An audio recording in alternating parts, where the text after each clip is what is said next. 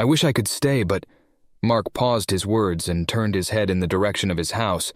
He took a long, deep sniff. I do believe I've got a steak waiting.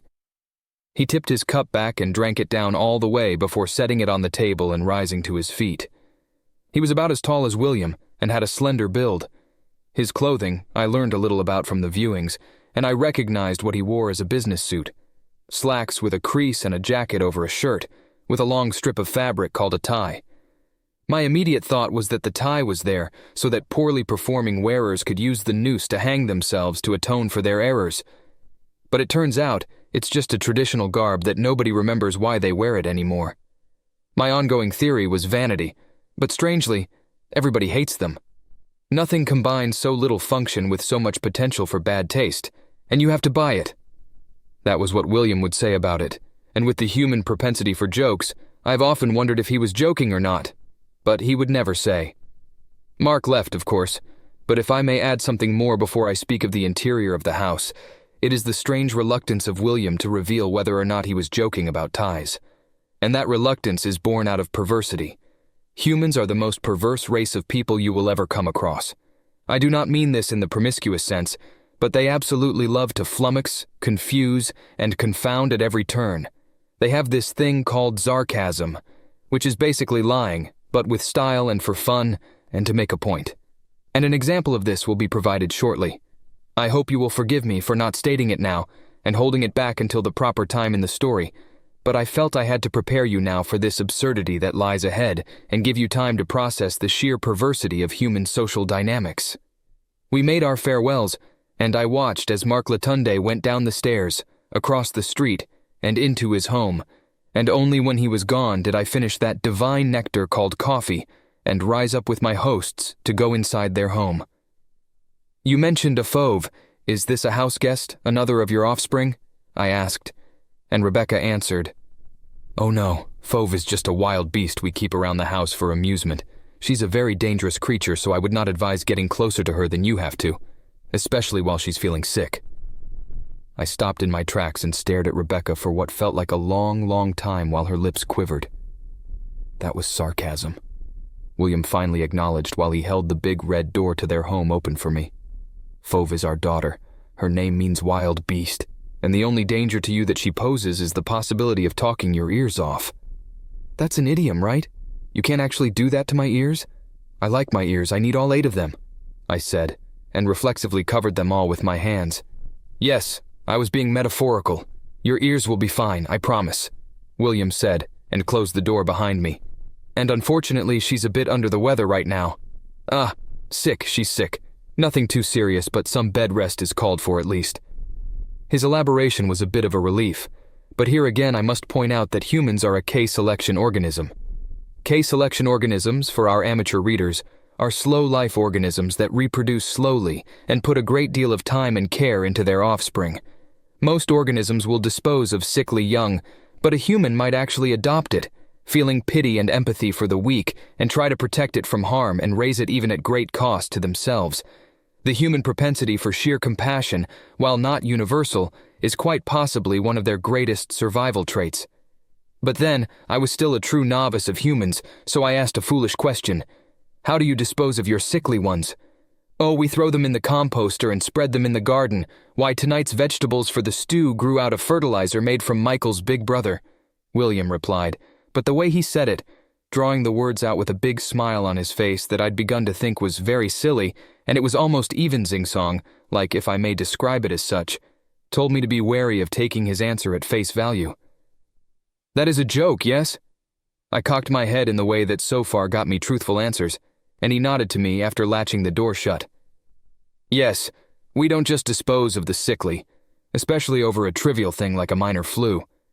He answered, and then walking past me he said, This way, I'll show you to your room. I was honestly thrown off by his answer. I'd seen humans care for the sick, but it just wasn't real to me. Some intelligent races care for the injured, but those who learn about disease and how it spreads typically kill the sick out of hand to keep it from spreading. As a result, they are, on the whole, less resistant than humans by far, but also generally healthier, as they wipe out almost all disease forms. Humans actively engage in the reckless process of caring for the sick so that they get better. It is something about my own admitted bias at this time that I thought the human compassion was still overdramatic and a weakness. If you get rid of a minor handful, you eliminate disease vectors in a generation or two. Why strive to preserve those who are going to actively harm the whole just by existing? Still, I concluded enough to know not to actively suggest terminating their fauve person, and followed William in thoughtful silence through the house. A few things to note about the Walker home. The floor was of polished and smoothed wooden boards nailed together, and there was a large open space that had couches enough for multiple guests. It was easily recognized by me at this point as a social zone.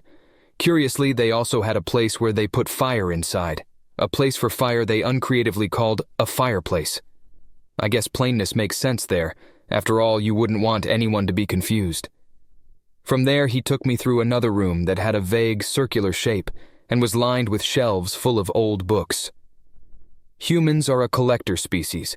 Their tendency to settle seemed to ensure that, and my new humans clearly like to collect these old things, or must have, as a digital datapad could have held 1,000 libraries that size and not used a tenth of its space.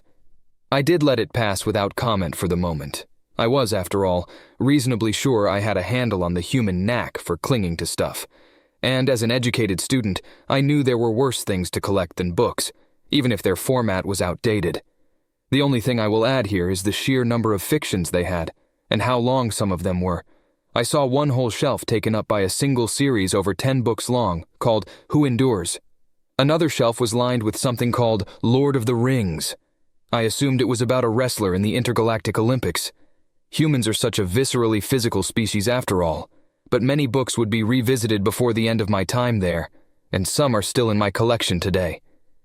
Through the library, he took me down a flight of stairs to an underground area, and there was a simple room established for me, a door for privacy. Though it wasn't the thick wood that was the entry to the house, it was a bigger space than I needed. That was obvious even before he opened the door. The room had a bed designed for humans, but serviceable for me. A chest of drawers that looked very heavy, with 6 compartments, 3 on either side, and a large wardrobe sitting against a far wall. A small square table of black wood, and a lamp. There was, for good measure, a chair, a small round table, a miniature cube that turned out to be a miniature refrigerator, so I could have my own food, even a little heating unit they call a microwave. They clearly went all out. Nobody had ever tried to make me feel so welcome anywhere before. I turned around after taking it all in and looked up at William and asked him, "Did you really, like you were talking about before, move all this around and set this all up for me?" "Yes, but we just used our telekinetic powers and it was no trouble at all," William said and winked. I then realized my breath caught. I'd thought he was telling the truth, but the wink told me he wasn't, so I exhaled hard. Humans often downplay their own virtues. They can be very self-effacing. Donate a pint of blood or a bloody kidney, and the good humans will downplay their gift to minimize any doubts you have about accepting their generosity. It turns out that a good way to determine a bad human is to see how they treat their own good deeds if they do any. Do they make themselves a martyr or a hero for something they did or do for another person?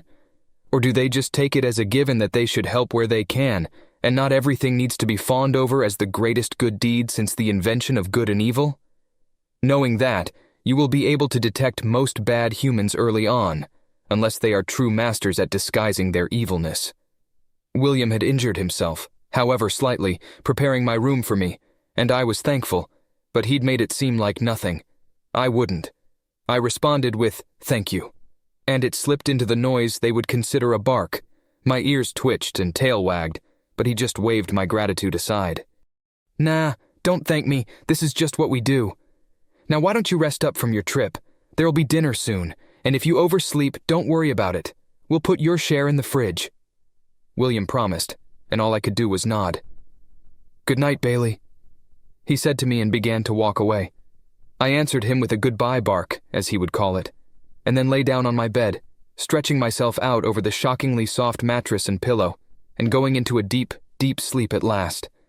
I had just enough time to realize that I was far more tired than even I knew only an hour before. And when I did finally start to give in to that urge to sleep, my final thought was, I have such a busy day ahead tomorrow, I can hardly wait. I could only hope my hosts were as eager as I to get started, and they were, as I would find out. Interstellar travel is exhausting, thoroughly exhausting.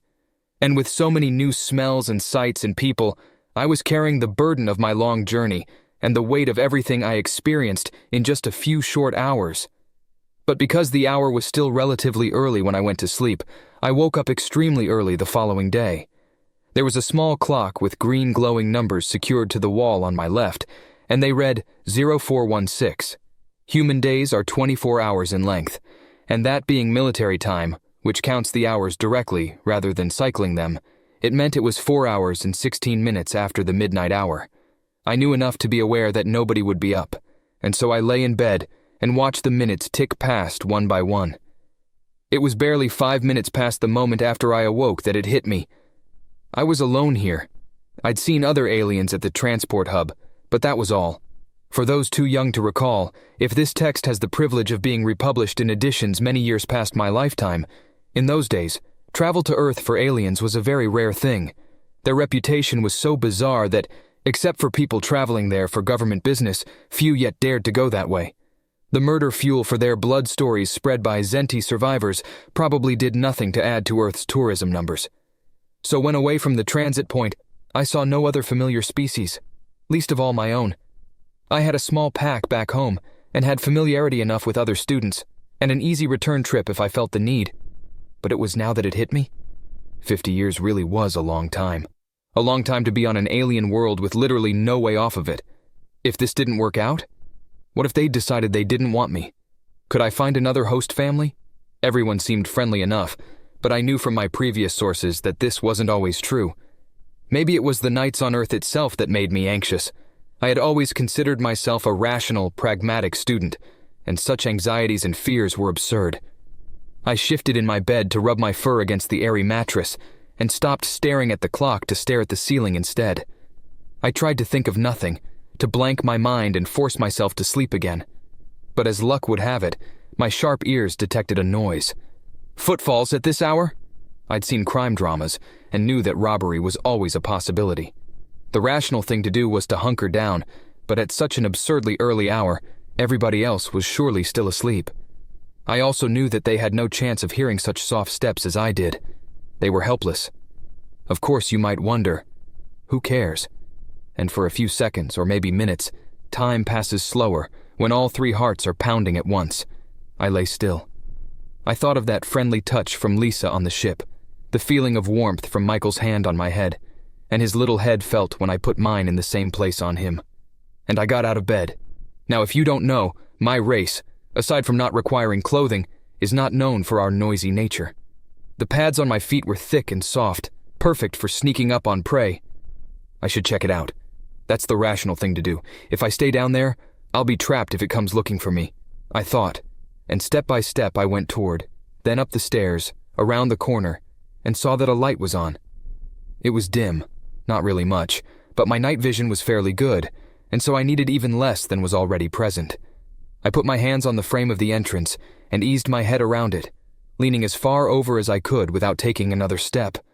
And the source of the noise started humming. It wasn't loud, and it wasn't like a machine. It was a person, a young female, but not one I knew.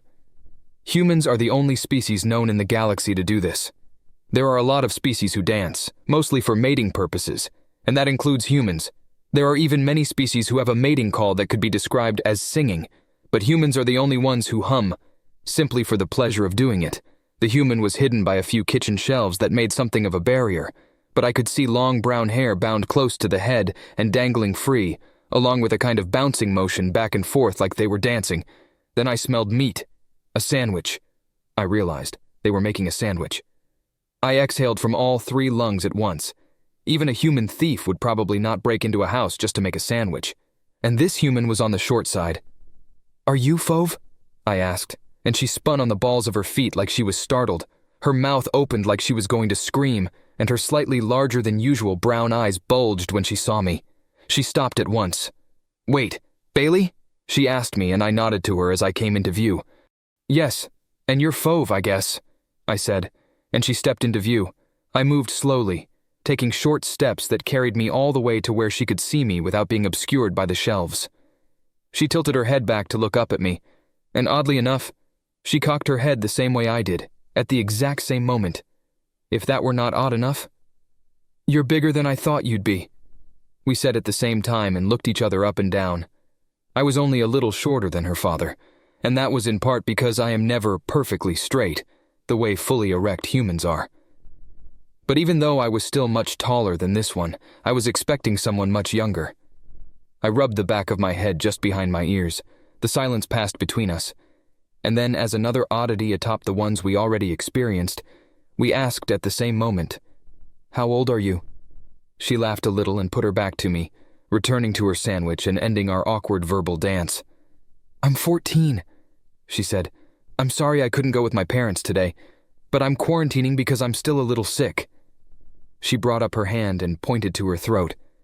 "I don't want to get anyone else sick just because I want to go somewhere." There it was again, that human compassion. It was interesting to me that even at such a young age, the human can have the capacity for profound emotional rationalism and care for even strangers. So different from species who resorted to killing the sick precisely because that empathetic understanding was sorely deficient in their evolution. They had to learn it or invent it as a kind of pragmatism and self-interest in order to rise to civilization's heights. But here, that was in a young human child? Remarkable. It speaks to the sheer complexity of their brains and the high degree of socialization that marked their evolution. I filed that away to record it in my notes later and focused instead on answering her question. "In your years, I would be about 24, but your years are shorter than ours, though I'm not sure by how much." I reflexively sniffed the meat she was working with, without getting too close.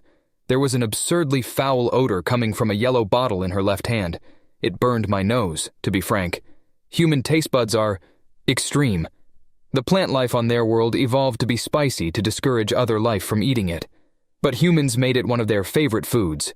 It's even been rumored that they can eat fire, but that turned out to be an interesting misunderstanding. See Figure 8.1 for what it actually looks like. I leaned to the left and looked down at her handiwork while doing my best to avoid the smell from the yellow bottle. Well, that's not surprising. You're in college, right?" Fauve asked, and turned around to look me over again. When I nodded, she asked, "Can I touch you? I just want to see something." I guess," I answered, and held out my hands with the knuckles facing up.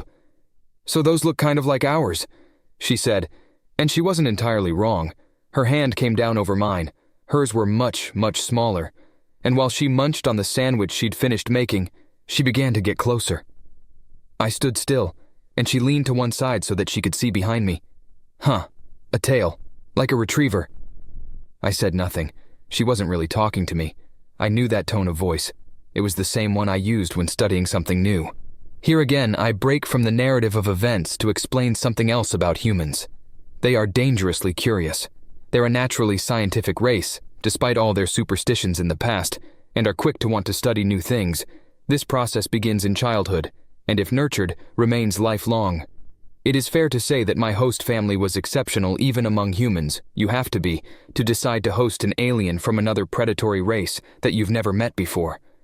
But still, it was strange to see scientific curiosity in a child. "It feels like I thought it would," she said and took another bite of her sandwich. "Can I touch your head?" she asked through her mouthful of food, and I thought that since I'd come that far, I might as well go a little farther. So I bent forward. She reached up and began to scratch my head. My tail reflexively started wagging back and forth. It felt amazing, the way her nails barely went over the skin beneath my fur, and the way the soft pink pads of her fingers smoothly ran over my ears. I wanted more of it, and so did she. Or she must have, since she kept it up until she licked the yellow sauce from off her other hand's fingertips. "Wow, you really do have fur like a dog or a wolf. Wait, that wasn't mean of me to say, was it?" she asked, and pursed her lips into a pout. Humans respond strangely when they're embarrassed, and children even more so. The filters of adults are less developed in children, and they will often speak without thinking. "No, not if it's true, I guess. Is dog fur a good thing?" I asked. I had gathered that humans liked dogs at least. "A very good thing, Bailey." Fauve nodded emphatically. "So, what are you doing, getting up at this hour?" I went to sleep early, so I woke up early. I explained, and she seemed to understand. What about you? Are you nocturnal? Kinda, she said and laughed a little. Laughter is a very diverse expression, probably stemming from its roots in the fear response. When a perceived danger turned out not to be, laughter let everyone know that everything is fine. Of course, it has come a long way since then, but it still serves as social filler and a welcome expression. I don't like to sleep. Dad and I agree that the best superpower to have would be to never need to rest, she said as she recounted the conversation. I gleaned from this that she was close to her father, given that he was her immediate go-to for a conversation topic, and I was intrigued. As you know, communication between most species is practical. I need food. We need that catalytic converter fixed. It's purely purpose-driven, but humans converse for pleasure. You've seen this already with Mark, and the way the older humans caught up with my professor. They delight in communication, and I was intrigued. My species is at least somewhat social, and out of curiosity, I pushed the question. Wouldn't super strength be a better superpower? I asked. Or super speed? Not really. Super strength, everybody is going to want your help moving. It's like being the only guy with a truck. Super speed, kind of better. But you probably die if you run into something. Most superpowers are kind of useless, unless you have a bunch of others to get rid of the weaknesses. She explained she'd clearly thought it through, but I wasn't done. Invisibility? I proposed. My dad said only perverts want that one, and from what I've seen of anime, he's right, she said with a snort. Besides, you'd forget you're using it and step into traffic or something. No thanks. Okay, I scratched the back of my head. What about flight? No, some asshole will shoot you. Plus, even if they didn't, flying stuff involves a lot of regulations. I don't want to crash into a plane or get arrested for not filing a flight plan. There once was a guy who got arrested for flying a lawn chair he'd tied some big balloons to. They didn't even know what to charge him with at first. Flight would be fun at first, but it'd get you into a mess of trouble real fast. Fauve said and shook her head. That can't be true. I said, I've seen lawn chairs in your television shows. Yeah, it happened. Lawn chair Larry. A few hundred years ago or something, she said and brought up her datapad from her pocket. She quickly expanded the screen and repeated the search term for the lawn chair man. I pause here to tell you, yes, it is true. There really was such a man, and it seems that humans have a miraculously bad sense of self-preservation. Their males in particular are a reckless lot, often in pursuit of a female to mate with. They will engage in dangerous activities simply for attention, either fighting each other or in contests of courage. I observed many of these over the course of my media consumption, and here is something very interesting about mating patterns for humans. I have noticed that in most species, a mating pattern is designed with success in mind, even if it fails from one male for whatever reason in other members of the same species. That exact thing will be successful. However, among humans, their wild individuality is such that there is no one thing that will succeed with every woman, or with every man. So their mating patterns are all over the place, and most are abject failures. Males often strive to impress each other even more than their females, and the same is true of their female population. Sadly, in the case of the former, many of these displays are self-destructive and offer no improved chance of finding a mate. Even now, I find their mating patterns too confusing to properly catalog, and will require another 50 years at least before I think I begin to have a grasp on it. I threw out several more superpower possibilities to Fauve, and each one she pointed out a severe problem with, sometimes several. I barely noticed that while we conversed, she was making another sandwich, this one without the yellow stuff, and that she was busy working the coffee pot, at least until I heard it and smelled the brew beginning. So, I should head back to bed for another day, but there's a sandwich for you so you don't have to figure out breakfast and the coffee is on. Mom told me you like the stuff, Fauve said, and looking up at me again, she gave me that same sort of smile I was starting to get used to.